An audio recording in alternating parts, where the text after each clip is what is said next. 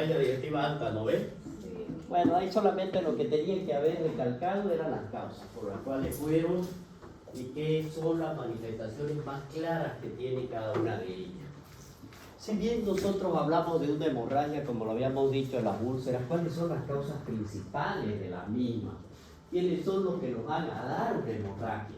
Y habíamos hablado nosotros inclusive de que dentro de las causas de ellos ustedes pueden tener pólipos, divertículos, pueden tener cáncer o cualquier otra situación en el cual provoque una lesión a nivel de la mucosa gástrica. Entre ellos la gastritis, por supuesto, que también le puede dar lugar a lo mismo. Cuando hablamos de una hemorragia digestiva baja, sería por debajo del ángulo de Treitz, ¿no es verdad? Entonces, si es por debajo de esta, vamos a ver nosotros que si bien me va a comprometer prácticamente lo que es, aquí tenemos que ver qué es lo que me va a abarcar en ello y por qué es que se puede producir.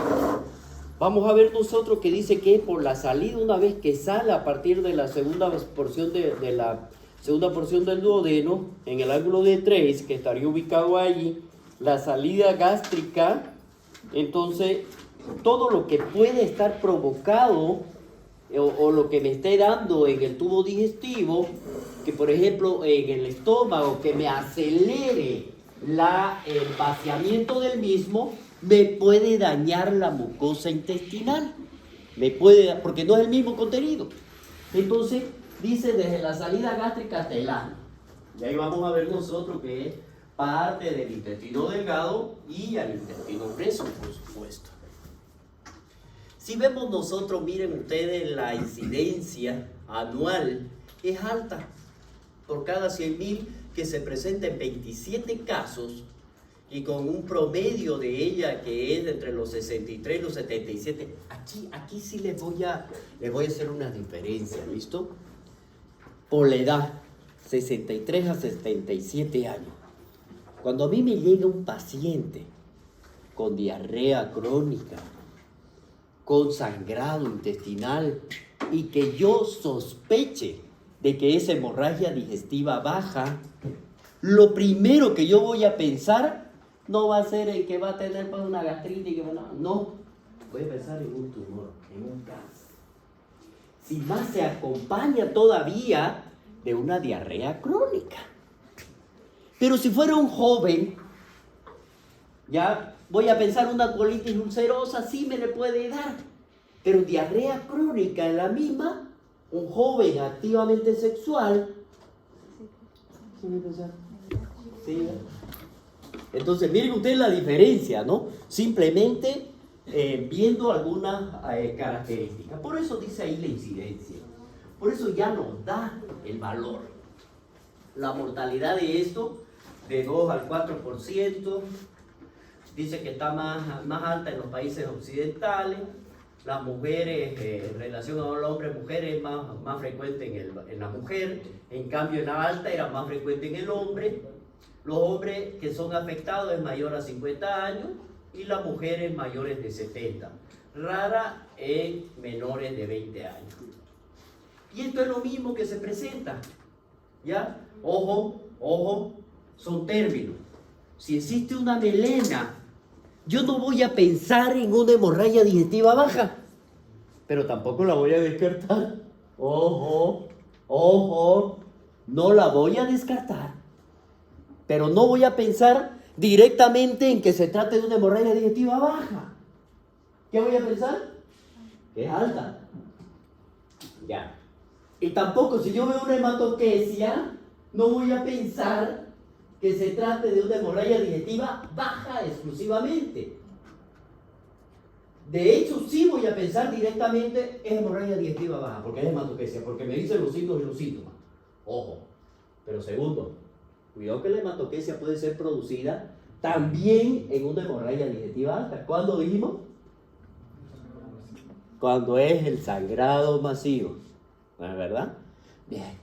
Si nosotros seguimos analizando cada uno de ellas, la retorragia, esa es exclusiva ya del del intestino, perdón, de hemorragia digestiva baja. Y lo vamos a ver nosotros en caso de los hemorroides, por ejemplo. ¿Ya? Cuando yo tengo un paciente con sangre, que estoy sospechando de que tiene un sangrado, pero no lo veo, voy a pensar de que el sangrado es pequeño y que me le está dando lugar a que haya una restitución de la misma. Y por lo tanto las manifestaciones clínicas que va a presentar son mínimas. Puede presentar una anemia, pues sí puede tener, ya por la crónica que ha sido. Puede tener, si yo le hago un control de hemoglobina, con hematocrito puede estar bajo, por debajo de 11, puede haber. Pero yo tengo que sospechar que es una hemorragia digestiva. Y voy a pensar que el sangrado está oculto en las heces fecales, pero no lo veo. Ahí es cuando va el interno, es decir, cuando ustedes sean interno, y le dice, vaya a echarle agua oxigenada para ver si es fumero. Y ahí van a ver. O hacemos mediante método químico. Ya la clasificación de esta, vamos a ver mediante el grado de compromiso hemodinámico que pueda tener, puede ser aguda y crónica. Y si hablamos nosotros dentro de las agudas, son menos de 3 días de duración. Y dentro de ella nosotros podemos decir, ¿es moderada o es masiva? Si es moderada, ¿cómo la vamos a ver? ¿Qué es lo que vamos a ver nosotros? Si es moderada, le estamos dando lugar al sistema hemodinámico a que vuelva nuevamente a recuperarse, a restablecer. Puede dar lugar a ello, ¿ya? Con restauración gradual del volumen, contenido plasmático, aunque dice que se va a necesitar varios días para que se vuelva a mantener la homeostasis. Ojo, estamos hablando del equilibrio, ¿no es verdad? Varios días puede restablecerse hemodinámicamente, puede, pero la homeostasis, el equilibrio que debe existir, es diferente. Ahora, si fuera si fuera masiva, aquí sí ya yo voy a tener signos y síntomas. Taquimia, taquicardia, hipotensión, de la misma que puede ser ortostática. Vamos a ver aquí, si bien esto ya nos está diciendo la gravedad del caso, y por lo tanto yo tengo que pensar en que la pérdida sanguínea, de acuerdo a estos síntomas que me está dando, ha sido mayor al 15% del volumen total. O tengo que pensar que la velocidad con que se está provocando se está produciendo este sangrado es superior a los 100 ml hora. Entonces, mi paciente puede quedar en pocos minutos prácticamente hemodinámicamente inestable, puede entrar en una situación clínica crítica. En cambio, cuando hablamos de la crónica, aquí la pérdida de sangre es continua. Puede ser varios días, semanas, o puede ser intermitente. Y ahí es donde nosotros decimos, ¿será una hemorragia digestiva baja o oculta que no la estamos viendo nosotros? Y ahí nosotros decimos, ¿no? ¿Qué es? Entonces aquí no tiene la característica macroscópica que nosotros la conocemos en las heces fecales, y por lo tanto aquí para poderla reconocer solo ello necesitamos nosotros exámenes complementarios, ya sea en examen químico o buscándolo mediante la prueba de Iacolato que ya conocemos. La causa más frecuente es el divertículo hemorroide, causa rara varices del colon, endometriosis, úlceras solitarias, causa mecánica, enfermedades diverticulares, causa sistémica, la discrasia sanguínea, la colágenopatía que pueden existir, y en esta colágenopatía hablamos del lupus más que todo, que es el que nos va a dar. O hablamos de aquellos pacientes que sufren de enfermedades reumatoideas, reumatismo, ¿ya? O una artritis reumatoidea por la toma de medicamentos, etcétera, etcétera. ¿Ya? Síndrome urémico, anomalías congénitas, el divertículo de Meckel. Esa es una de las características. Y miren ustedes dónde está. Pero también tenemos a alguien aquí, un carcinoma, que es el que me va a dar dentro de ello. No olvidemos las hemorroides, no olvidemos la angiodisplasia, No olvidemos las colitis isquémicas que me puedan dar, o las infecciosas, o los pólipos, como decíamos nosotros. Es decir, miren ustedes la cantidad de enfermedades que me pueden dar de una manera crónica el sangrado que se va a presentar en una hemorragia digestiva baja. Por lo tanto, si me llega un paciente con un sangrado y que yo sospeche un sangrado de hemorragia digestiva, tengo que pensar en lo peor. No piensen en lo más suave, piensen en lo peor, para que ustedes descarten. Lo peor no es, lo menos tampoco, pero lo mínimo sí, digamos. Es una hemorroide, ya yo no salgo, ya rápido, punto. Pero fueron de lo peor a lo mínimo, ¿no es verdad? Siempre hay que pensar en ello. Y algo que lo aprendí ayer, dice, no, el síndrome se llama así, síndrome del enfermo recomendado. Ojo, el síndrome del enfermo recomendado, búsquenlo en, ¿cómo se llama? Inteligencia artificial, le va a salir. Que es el enfermo que ya viene recomendado, ya viene orientado, ya viene con todo, ya se la conoce todita. ¿Y saben qué nos dicen a nosotros? Atiéndanlo como si fuera cualquier otro paciente, para que no caiga en el error de la inducción al diagnóstico, porque ya viene prácticamente. No, te lo estoy recomendando, mira a esta persona porque, ¿sabes qué? Que es un pariente mío, que ya yo lo he estado viendo. Ya sabe ya. El otro ya sabe a qué va. El otro ya sabe a qué se está metiendo y quién lo va a atender, qué médico es el que lo va a ver. Síndrome del enfermo recomendado. O referido, si quieres. Bueno, a eso me voy con estos diagnósticos que nosotros tenemos que pensar, tenemos que razonar para poder dar un diagnóstico. Causa inflamatoria, la colitis, bueno, lo que estábamos hablando, ¿ya? La radiación, inclusive miren ustedes la enterocolitis por radiación, las infecciosas, las tóxicas. Esta por radiación se vio en el caso de Chernobyl, ¿ya? Ese fue uno de los principales que hizo ver la exposición a las radiaciones que ocurrieron, ya, y donde prácticamente estuvieron en contacto directo con estas radiaciones nucleares, y eso fue lo que provocaba. Y una de las primeras manifestaciones era la diarrea. Bueno, después se sabía que iban a morir porque todo se necrosa, ya por la misma radiación en sí. Bueno, las causas neoplásicas, miren ustedes, los carcinomas. Bueno, ¿por qué hemos puesto los pólipos aquí dentro de las causas neoplásicas? Porque los pólipos, hasta que no se demuestre lo contrario, es un adenocarcinoma o tiene un componente neoplásico en sí. Cualquiera de ellos, los leiomiomas, los sarcomas, los lipomas, metástasis.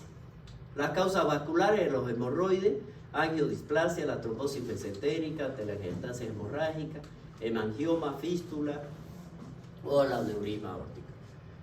¿Cómo se pueden presentar? Ya lo hemos dicho, ¿no? Por un sangrado oculto, por un sangrado lento o por un sangrado rápido.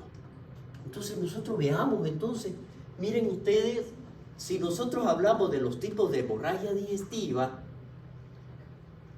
y dentro de los mismos que hemos tratado de identificarlo, el que más llama la atención de todo y por el que más viene el paciente es por un hemorroide, ¿ya? Y aquí vemos nosotros, el hemorroide puede ser interno, puede ser externo, son los paquetes nerviosos, vasculares, que van a estar en son plexos, prácticamente, donde van a estar comprometidos.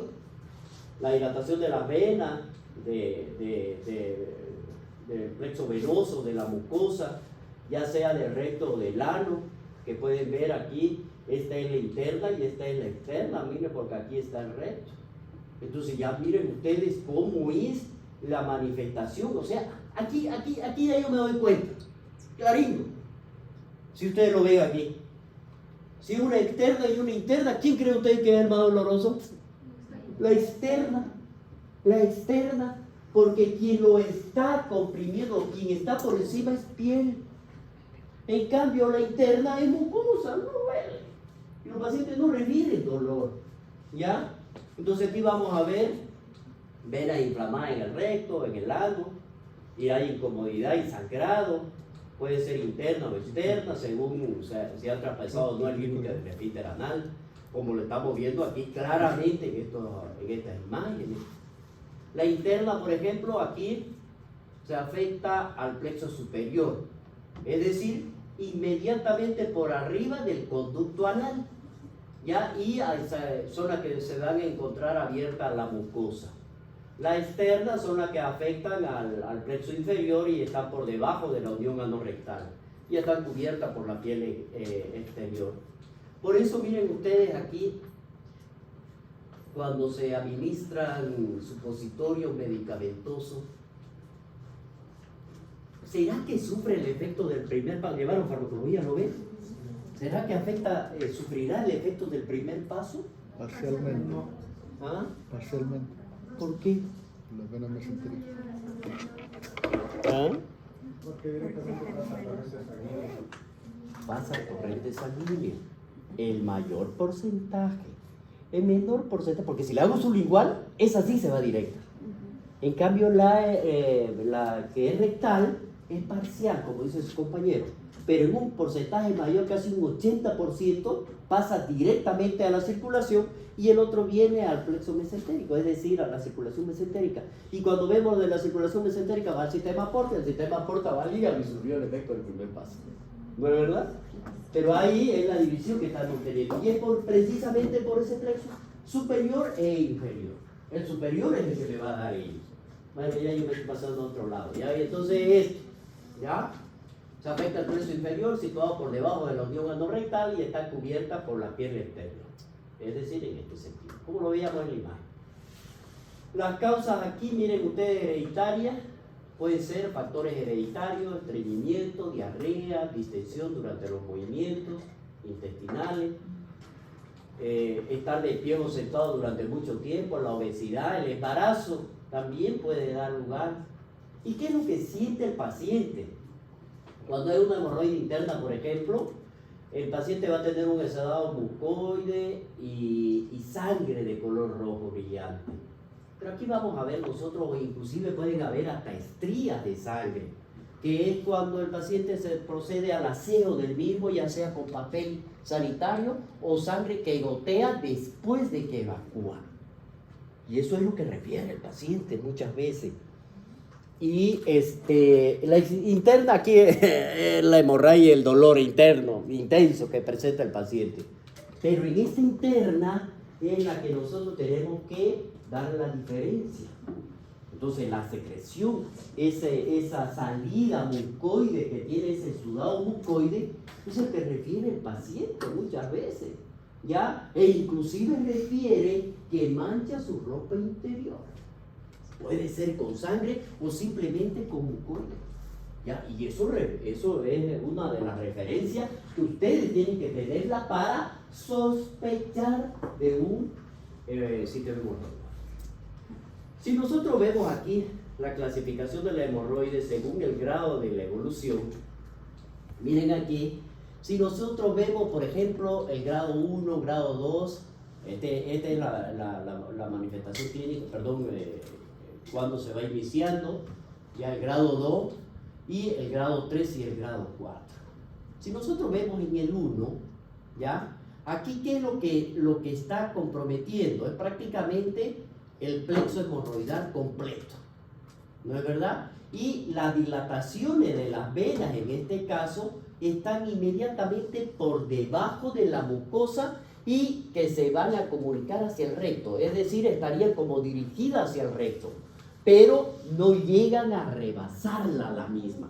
Es decir, están aquí, pero no llegan a rebasar, no llegan a sobresalir, en otras palabras. Ojo, eso es lo que quiere decir. No llegan a sobresalir.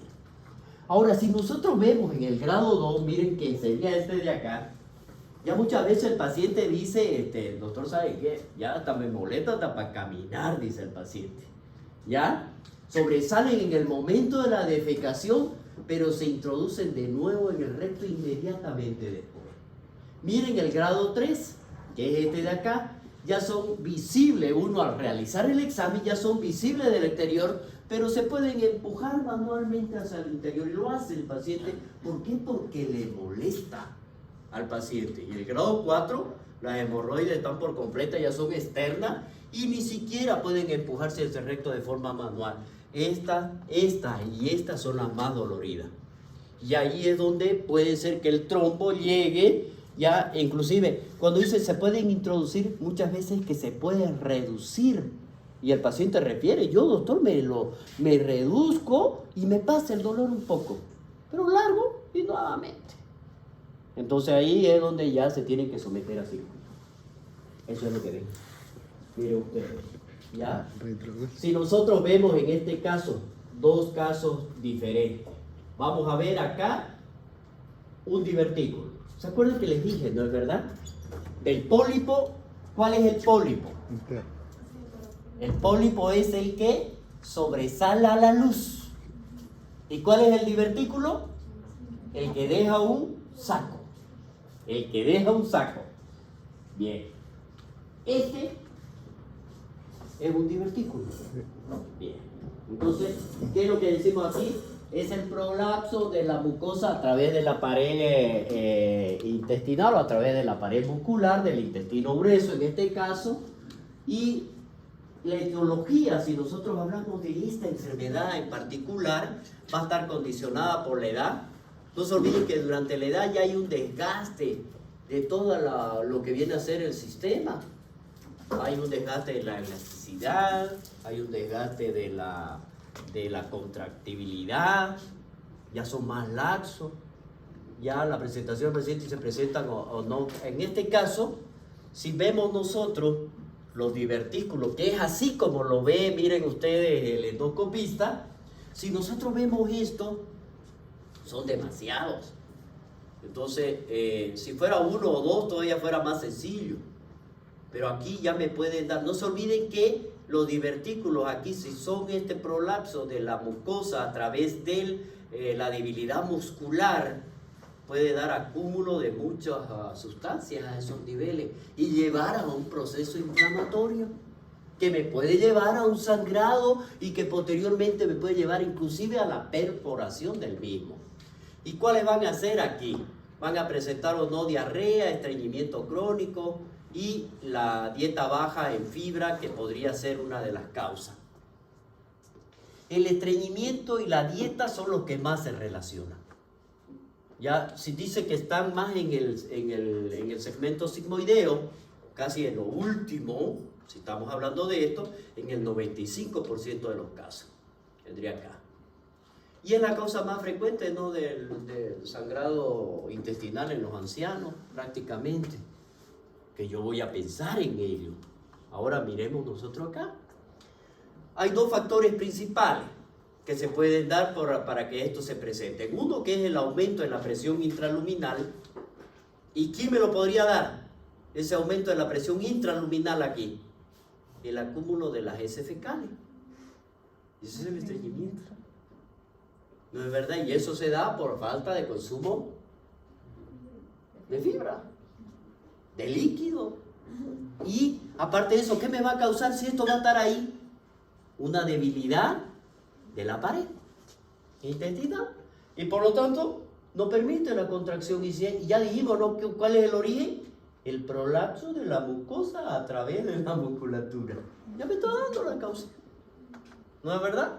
Signos y síntomas: dolor abdominal, ¿ya? La diverticulitis en este caso es la complicación de una diverticulosis y es la inflamación. Presenta dolor y fiebre. Y vamos a ver aquí que el paciente refiere, ¿no?, cuando tiene dolor abdominal, ¿sabe qué, doctor? Cuando ventoseo me pasa. Ah, caramba. Ya uno relaciona, ¿no? Y dice, ¿qué es lo que está haciendo? Pues son términos que utiliza el paciente, pues. O ¿sabe qué? Como está con diarrea, voy al baño y me pasó el dolor, doctor. Ah, caramba, aquí ya me la complicó, dice uno. ¿O es una colitis o es una diverticulitis?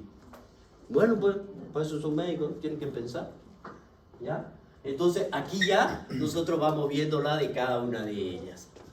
¿Cuál va a ser la manifestación clínica? La hemorragia digestiva puede presentarse una hematoquesia, una rectorragia, puede ser sangre oculta en ese, pero ya hay, si fuera masiva, pueden haber signos de hipovolemia.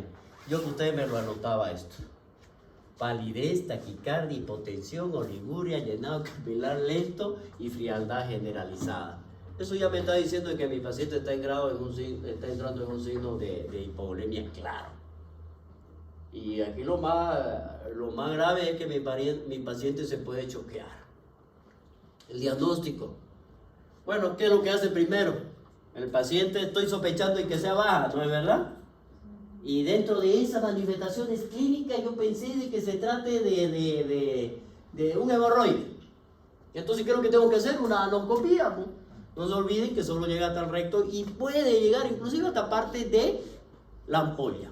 Puedo verlo mediante un anoscopio. ¿Qué es lo que hay que hacer? Ya para ver si hay o no hay. Colon por edema. Me va a permitir ver las formaciones. Miren cómo se ve, claro, esto es un estudio real por si acaso, no es un esquema, es un estudio real. Y miren, donde dijimos que era más frecuente en la parte sigmoidea, pero miren, aquí también tiene, acá también tiene, por todos lados. ¿Ya? Bueno, este es el rectosigmoidoscopio que hay que hacer con nuestro paciente. Entra directamente una colonoscopía porque hay que ver directamente en qué sector se encuentra en cada uno de ellos y cómo es que lo va a identificar. Una fibrocolonoscopía para poder ver y analizar si no hay algún otro tipo de patología dentro de la misma. Y cuando se trata de realizar un estudio en el cual, principalmente los niños, esto yo lo veo más cuando estamos pensando en un divertículo de Maker. Eso es hereditario. Entonces, lo más frecuente es que me presenten los niñitos, en los recién nacidos, 1 o 2 meses, que son como van a presentar hemorragia digestiva en nuestro paciente. Y el paciente elimina sangre, el bebecito elimina sangre, sus heces fecales. Entonces ahí me piden que yo haga un estudio, que es este. La gamografía con tecnesio 99, se lo hacen imágenes dinámicas. Y nosotros vamos a tratar de identificar donde normalmente no lo debería ver, pues yo. Entonces, si el pertecnesiato no se tiene por qué quedar en ningún lugar, me tiene que eliminar. No se tiene que quedar en ningún lugar, aparte de que si yo tengo, por ejemplo, si yo voy a ver, este es el corazón, si yo lo veo acá, vayan a hacer el vaso, este es el hígado, este es la vejiga, y estas son las arterias. Entonces, si yo veo fuera de ello alguna localización específica, como es en esta, que no me está guardando relación con esto, yo tendría que pensar qué es lo que está pasando aquí. Si aquí, por ejemplo, me está dando la imagen directa, me lo está dibujando a este nivel, yo no puedo decir que es riñón, porque el riñón está más arriba. No es normal. Entonces tengo 2 localizaciones y como son las imágenes, son dinámicas, entonces yo tengo que ir descartando. A los 5 minutos aquí estoy viendo qué es, pero después lo veo que mi paciente va, ya no lo encuentro, a los 45 minutos me desapareció, está de aquí, pero me queda acá. Entonces yo voy a pensar más claramente de que se encuentra en la parte del colon ascendente, que es donde está el sangrado, que es después las imágenes que yo le voy a manifestar. Por supuesto que a esto yo le hago cortes que son en SPED, que lo vamos a identificar, es lo más claro. El flanco derecho es donde se va a encontrar, yo les doy el informe al médico, qué es lo que tienen que hacer los cirujanos. Bueno, ante esa realidad, ¿qué es lo que hacen ellos? Ahora tenemos la resonancia para ver, pero una resonancia no me va a dar el sangrado, yo lo estoy viendo en vivo. Esto se ha ido acumulando. Entonces lo único que tienen que entrar es a esto. O le hace al bebecito un estudio de colonoscopía para poder ver y verificar, o entran directamente a quirófano. Porque están sospechando de un divertículo de Meckel. Ya, este fue un caso positivo. El estudio estándar, el gold estándar, el estudio de oro, que es la arteriografía. ¿Qué me va a dar? directamente dónde está el sangrado y que me lo va a identificar. Esa arteriografía podemos verla nosotros por la administración de un contraste a nivel sanguíneo, por eso se llama angiografía, que ahora ya se ha complementado. ¿Con quién? Con la tomografía y con la resonancia.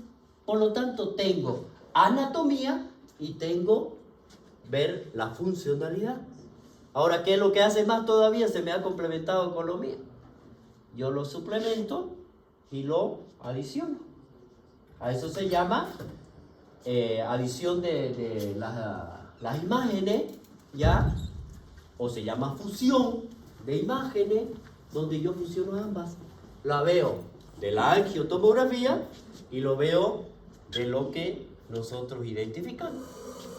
Las sumo ambas y vemos nosotros, ¿coincide o no coincide con esto que ellos están sospechando? No se olviden, yo veo fisiología o fisiopatología, si quieren ustedes, en este caso. Y ellos ven anatomía. Ambos la fusionamos y lo complementamos. El cáncer de colon, esta es una de las enfermedades más comunes y la causa de muerte en los estados europeos o Estados Unidos. Unión Europea, ¿no? Es esto. No es Estados Unidos, Unión Europea, donde uno de ellos, ¿ya? Y la causa por la alimentación, la mortalidad en ellos es la causa principal, vendría a ser el cáncer de colon. Es la segunda causa de muerte por neoplasia.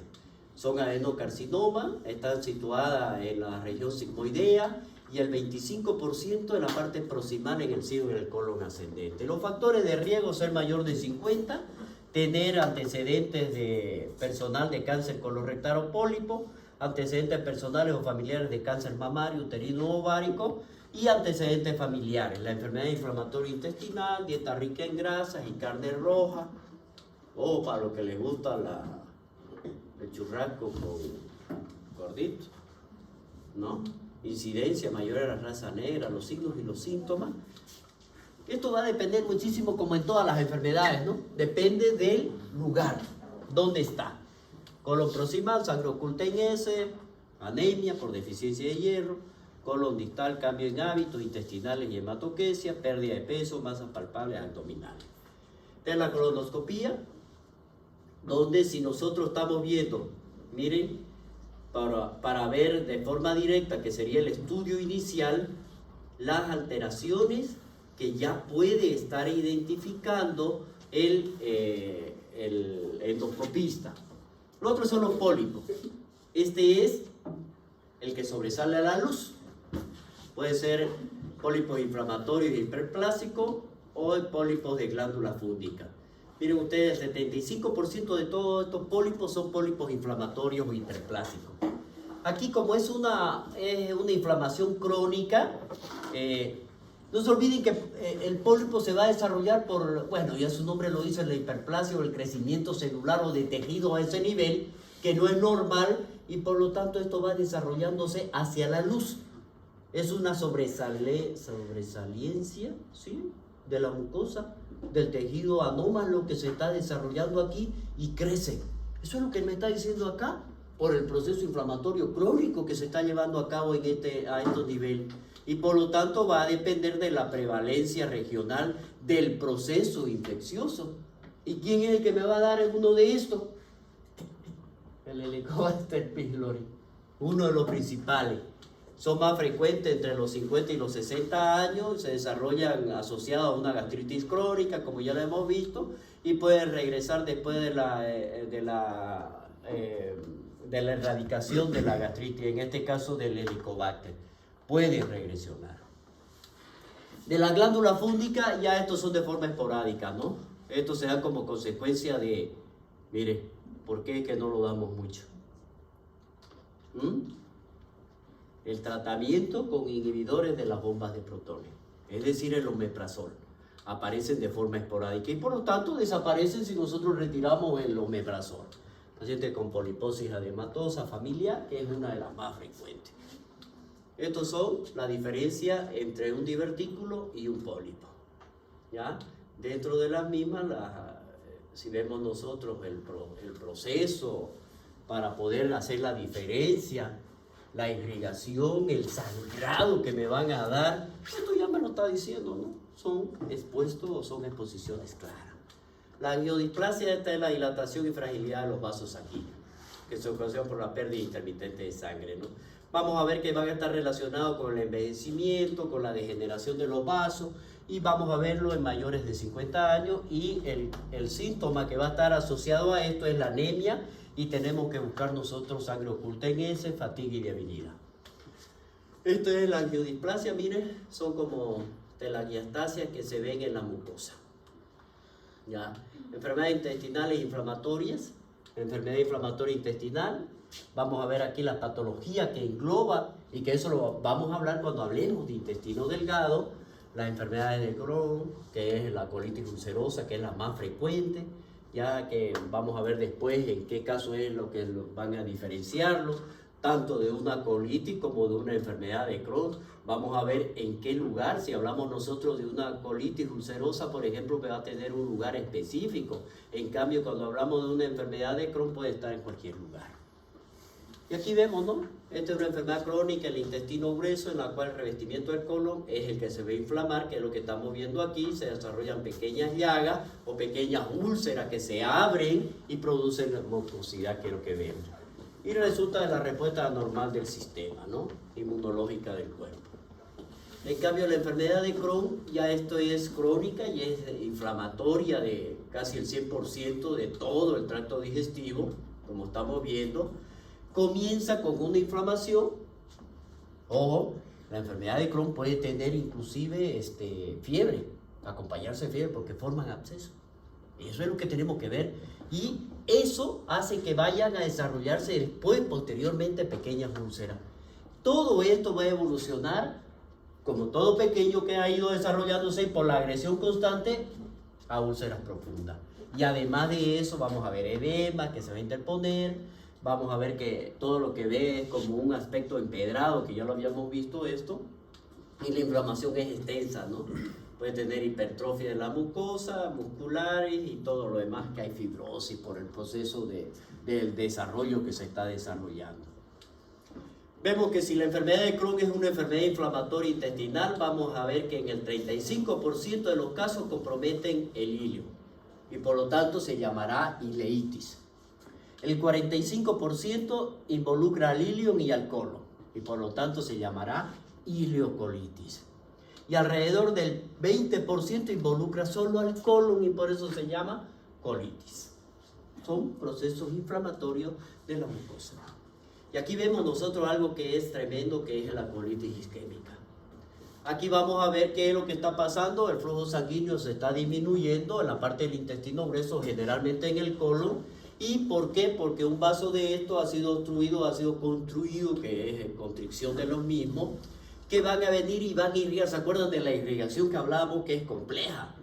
¿No es verdad? Cualquiera de esos vasos puede llegarme a provocar este tipo de isquemia, y por lo tanto la reducción del flujo sanguíneo. Y aquí entonces, ¿qué es lo que va a hacer? Una vez que llega aquí, si bien me va a provocar la disminución, por lo tanto hay una isquemia de la misma, y esto llevaría posteriormente, si es que no llegamos a restablecerlo, a una necrosis. Y si hay una necrosis, puede llegar a perforarse inclusive, por la misma fragilidad que existe en esto. Y aquí como los sitios más comunes que se afectan es el ángulo esplénico del colon, el colon derecho y el recto sigmoide. Miren la colitis infecciosa acá.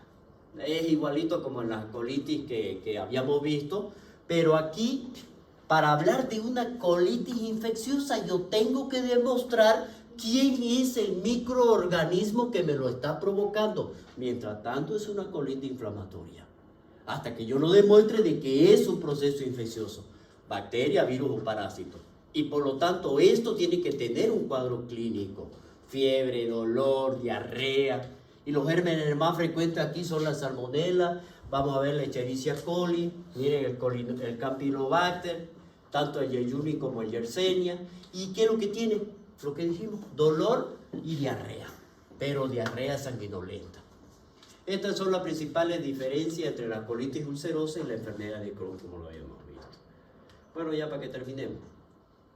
La actuación incluye los siguientes pasos para el tratamiento.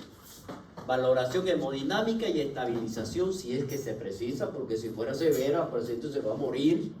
Confirmación del sangrado, la localización de la hemorragia, la búsqueda de su etiología, identificar la causa probable de la obstrucción, invaginación, un vólvulo, la anamnesis y la exploración física completa que debemos realizar o algunas pruebas complementarias. ¿Para qué? Para que nosotros lleguemos a un tratamiento efectivo. Yo tengo que verificar todo esto, de acuerdo a lo que habíamos hablado. Y vemos aquí la valoración de los signos, de los síntomas, si no hay síntomas de shock. Vemos aquí cuáles son de los síntomas y signos de hipovolemia, cuáles son los signos cardinales de la misma. Vamos a confirmar la hemorragia, la localización, la búsqueda de las causas, la anamnesis que tenemos que realizar, tránsito intestinal, cómo está, hay dolor, hay sangrado, hay tenemos, y la urgencia en la defecación para poder realizar las diferencias. Vamos a ver si el paciente está estable o con un sangrado crónico. Entonces, eso si es estable o es un sangrado crónico, entonces me va a dar lugar a que yo haga estudios diagnósticos electivos. La historia, el examen físico, el laboratorio, una pandoscopía. La panendoscopía es por arriba y por abajo. Eso significa una endoscopía digestiva alta y baja. La colonoscopía con ileoscopía retrógrada, radiología, yeyunoscopía, cintigrafía, geografía, cualquiera de ellas. Pero si el paciente está inestable, entonces aquí nosotros debemos estudiar al paciente hospitalizado en una unidad de cuidados intensivos. Durante la fase de estabilización hemodinámica, la colonoscopía de urgencia, vamos a prepararlo, muchas veces sin la preparación. Si el sangrado se ha detenido, hacemos la colonoscopía en preparación adecuada. Y si la hemorragia persiste, la realizamos igual. Y vemos que lo vamos a lograr identificar. Si no se ve, entonces vamos a tratar de ver qué otro tipo de procedimiento tenemos que seguir. Está sangrando, no me deja ver, el paciente entra a cirugía. No hay otra forma, es lo que se realiza. Y hay la infusión de vasopresina. El tratamiento quirúrgico es el único tratamiento definitivo de la hemorragia digestiva baja. En raras ocasiones el estudio completo es negativo. Puede ser recurso diagnóstico, siempre es preferible la cirugía electiva con preparación del colon, la estabilidad hemodinámica y conocimiento del sitio de origen. Las complicaciones, aquí vamos a ver, ¿no? Muchas de ellas están relacionadas con el cuadro de paciente se puede choquear. Y aquí vamos a ver, ¿no? Puede ser hipovolémico y no puede ser recuperado de este, que es otra de las causas. En caso del adulto mayor es más complicado porque aquí la compensación muchas veces es más difícil porque tenemos que ver qué otras complicaciones o qué otras enfermedades de base tienen. Y una de ellas son las enfermedades cardiorrespiratorias que va a tener el adulto. Y eso es lo que tenemos que evaluar. Valorar riesgo-beneficio. Mi paciente es cardíaco y tiene complicaciones respiratorias. Por lo tanto, yo no puedo infundir líquido porque mi paciente se está choqueando. Por lo tanto, le tengo que hacer, de acuerdo a ello, administrar el volumen necesario para no causarle, matarlo a mi paciente porque lo voy a encharcar, porque no va a dar ese corazón para poder movilizar y enviar la sangre de acuerdo a sus necesidades. Voy a retirar. Ahí,